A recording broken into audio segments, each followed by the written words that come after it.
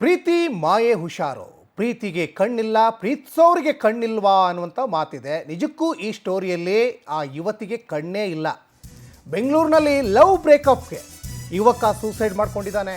ಪ್ರೀತಿಸಿದ ಯುವತಿ ಕೈಕೊಟ್ಟ ಹಿನ್ನೆಲೆ ಯುವಕ ಆತ್ಮಹತ್ಯೆ ಮಾಡ್ಕೊಂಡಿದ್ದಾನೆ. ನೋಡಿ, 26 ವರ್ಷದ ಕಿರಣ್, ಆತ ಬಾಡಿ ಬಿಲ್ಡರ್ ಕೂಡ.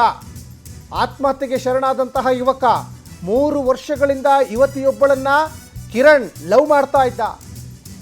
ಬೇರೆ ಯುವಕನ ಜೊತೆ ಕಿರಣ್ಣನ್ನು ಲವ್ ಮಾಡ್ತಾ ಇದ್ಲಲ್ಲ, ಆ ಯುವತಿ ಬೇರೆ ಹುಡುಗನ ಜೊತೆ ಎಂಗೇಜ್ಮೆಂಟ್ ಮಾಡ್ಕೊಳ್ತಾಳೆ. ಮದುವೆ ನಿಶ್ಚಯ ಆಗಿದೆ ಅಂತ ಯುವತಿ ಹೇಳ್ತಾಳೆ. ಮದುವೆ ಆಮಂತ್ರಣ ಪತ್ರಿಕೆ, ಹೊಸ ಸೀರೆಯನ್ನು ಕಿರಣ್ಗೆ ಆ ಯುವತಿ ತೋರಿಸ್ತಾಳಂತೆ. ಇದರಿಂದ ಮನನೊಂದು ಮನೆಗೆ ಬಂದು ಕಿರಣ್ ಆತ್ಮಹತ್ಯೆ ಮಾಡ್ಕೊಂಡಿದ್ದಾನೆ. ನೋಡಿ, ವ್ಯಾಲೆಂಟೈನ್ಸ್ ಡೇಗೆ ಗಿಫ್ಟ್ ಕೊಡಲಿಕ್ಕೆ ಆ ಯುವಕ ಎಲ್ಲ ರೀತಿಯಾದಂತಹ ಸಿದ್ಧತೆಯನ್ನು ಮಾಡ್ಕೊಂಡಿದ್ದಂತೆ. ನೋಡಿ, 26 ವರ್ಷದ ಯುವಕ ಮನೆಗೆ ಆಧಾರ ಸ್ತಂಭವಾಗಿದ್ದ. ಒಂದು ಕಡೆ ನೋಡಿ ಕುಟುಂಬಸ್ಥರ ಆಕ್ರಂದನ, ಮತ್ತೊಂದು ಕಡೆ ಈ ಪ್ರೀತಿ ವಿಚಾರದಲ್ಲಿ ಸಾಕಷ್ಟು ಹೆಣ್ಣು ಮಕ್ಕಳು ಯುವಕರ ಬಾಳಲ್ಲಿ ಚೆಲ್ಲಾಟ ಆಡ್ತಾ ಇದ್ದಾರೆ. ಸಾಕಷ್ಟು ಘಟನೆಗಳು ನಡೀತಾ ಇದ್ದಾವೆ. ನೋಡಿ, ಅದಕ್ಕೆ ದೊಡ್ಡವರೊಂದು ಮಾತು ಹೇಳಿದ್ದಾರೆ, ಪ್ರೀತಿ ಮಾಯೆ ಹುಷಾರು ಅಂತ.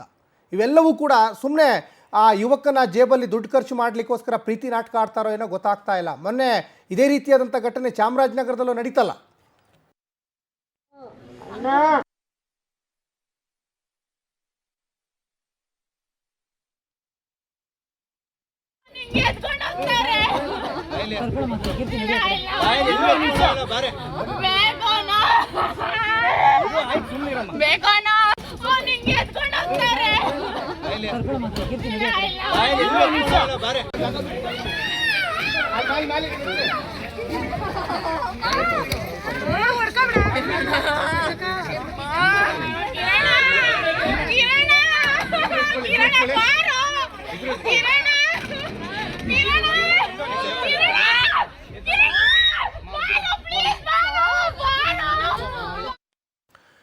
ಒಂದು ಕಡೆ ಮನೆಗೆ ಆಧಾರ ಸ್ತಂಭವಾಗಬೇಕಾಗಿದ್ದ ಕಿರಣ್ ಈಗ ಆತ್ಮಹತ್ಯೆ ಮಾಡ್ಕೊಂಡಿದ್ದಾನೆ. ಈ ಕುರಿತು ನಮ್ಮ ಪ್ರತಿನಿಧಿ ಸುಚಿತ್ರಾ ಪ್ರತ್ಯಕ್ಷ ವರದಿ ಕೊಟ್ಟಿದ್ದಾರೆ, ಬನ್ನಿ ನೋಡ್ಕೊಂಬರೋಣ.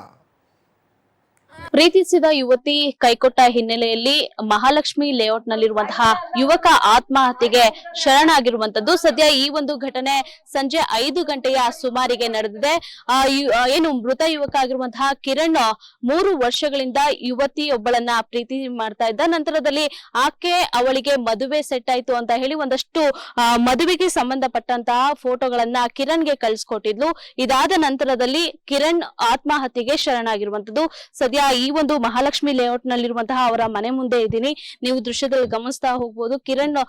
ಮೃತ ಕಿರಣ್ ಯಾರಿದ್ದಾರೆ, ಅವರು ಜಿಮ್ ಟ್ರೈನರ್ ಆಗಿ ಕೂಡ ಕೆಲಸವನ್ನ ಮಾಡ್ತಾ ಇದ್ರು. ಜೊತೆಗೆ ಸಾಕಷ್ಟು ಒಂದು ಪ್ರಶಸ್ತಿಗಳನ್ನ ಕೂಡ ತೆಗೆದುಕೊಂಡಿದ್ರು. ಆದ್ರೆ ಒಂದಷ್ಟು 3 ವರ್ಷಗಳಿಂದನೂ ಕೂಡ ನಿರಂತರವಾಗಿ ಪ್ರೀತಿಯನ್ನ ಮಾಡ್ತಿದ್ದಂತಹ ಕಿರಣ್ ಹಾಗೆ ಯುವತಿ ಕಳೆದ 8 ತಿಂಗಳ ಹಿಂದೆನೂ ಕೂಡ ಇವರ ಮನೆಗೆ ಕೂಡ ಬಂದಿದ್ರಂತೆ. ಆ ನಂತರದಲ್ಲಿ ಮದುವೆಯನ್ನ ಆಗುವುದಾಗಿ ಕೂಡ ಒಂದಷ್ಟು ನಂಬಿಕೆಯನ್ನ ಹುಟ್ಟಿಸಿ ಇದೀಗ ಮೋಸ ಮಾಡಿದ್ದಾಳೆ ಅಂತ ಹೇಳಿ ಮೃತ ಕಿರಣ್ ಆಗಿರುವಂತಹ ಅವರ ಪೋಷಕರ ಒಂದು ಆರೋಪ.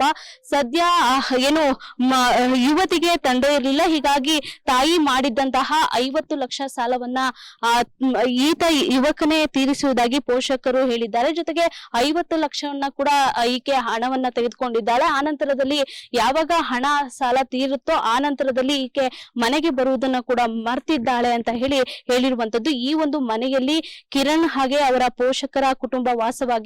ಸಂಜೆ 5 ಗಂಟೆ ಸುಮಾರಿಗೆ ಇದೇ ಒಂದು ಮನೆಯಲ್ಲಿ ಆತ ಆತ್ಮಹತ್ಯೆಯನ್ನ ಮಾಡ್ಕೊಂಡಿರುವಂತದ್ದು. ಆತ್ಮಹತ್ಯೆ ಮಾಡ್ಕೊಳ್ಳುವಂತಹ ಸಂದರ್ಭದಲ್ಲಿ ಒಂದು ಲೆಟರ್ ಅನ್ನ ಕೂಡ ಬರೆದಿದ್ದಾನೆ. ನಾನು ಒಬ್ಬಳನ್ನ ಪ್ರೀತಿಯನ್ನ ಮಾಡ್ತಾ ಇದ್ದೆ 3 ವರ್ಷಗಳಿಂದ, ಹೀಗಾಗಿ ಅವಳಿಗೆ ಮದುವೆ ನಿಶ್ಚಯ ಆಗಿದೆ ಅಂತ ಹೇಳಿ ಒಂದು ಸೂಸೈಡ್ ಲೆಟರ್ ಅನ್ನ ಬರೆದಿಟ್ಟು ಸಾವನ್ನಪ್ಪಿರುವಂತದ್ದು. ಸದ್ಯ ಇವರು ಅವರ ಕುಟುಂಬಸ್ಥರು, ಸದ್ಯ ಅವ್ರನ್ನೇ ಕೂಡ ಮಾತಾಡಿಸ್ತಾ ಹೋಗ್ತೀನಿ. ಅಮ್ಮ, ಏನಾಯ್ತು? ಎಷ್ಟು ಗಂಟೆ ಎಲ್ಲ? 4 ಗಂಟೆಯಲ್ಲಿ 3:15 ಇಸ್ಕೊಂಡಮ್ಮ. ಹಳೆ ಕೊಡಿ, ನಾವ್ ಬರಿಬೇಕು.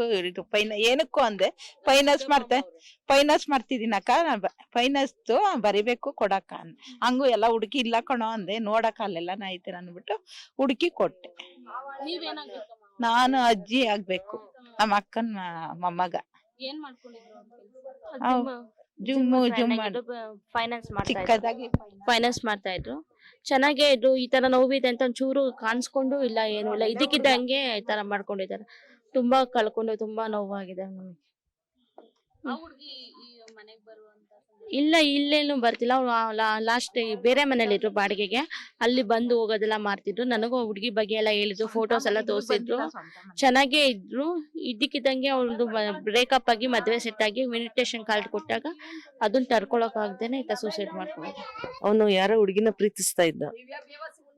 ನಮಗೂ ಗೊತ್ತಿರ್ಲಿಲ್ಲ. ಮೊನ್ನೆ ವಿಷಯ ಅಮ್ಮ ಅಪ್ಪಂಗೆ ಹೇಳಿದಾನೆ. ಆಯ್ತಪ್ಪ ಮದ್ವೆ ಮಾಡ್ತೀವಿ ಅಂತ ಹೇಳಿದಾರೆ. ಆಯ್ತು ಅಂತ ಎಲ್ಲ ತೀರ್ಮಾನ ತಗೊಂಡಿದ್ವಿ. ತಕ್ಷಣ ಹುಡುಗಿ ಯಾವ ಬೇರೆ ಹುಡುಗನ ಪ್ರೀತಿಸಿ ಮದ್ವೆ ಆಗಿದ್ದಾಳೆ. ಆಗ್ತಾ ಇದ್ದಾಳೆ. ಪತ್ರಿಕೆನ ನನ್ನ ಮಗ ಕಿರಣ್ ಕೊಟ್ಟಿದ್ದಾರೆ. ಆಗ ಅವನು ಆಘಾತ ತಗೊಂಡ್ಕೊಂಡು ಈ ತರ ಮಾಡ್ಕೊಂಡಿದ್ದಾನೆ. ಕಿರಣ ನಮ್ ತಂಗಿ ಮಗ.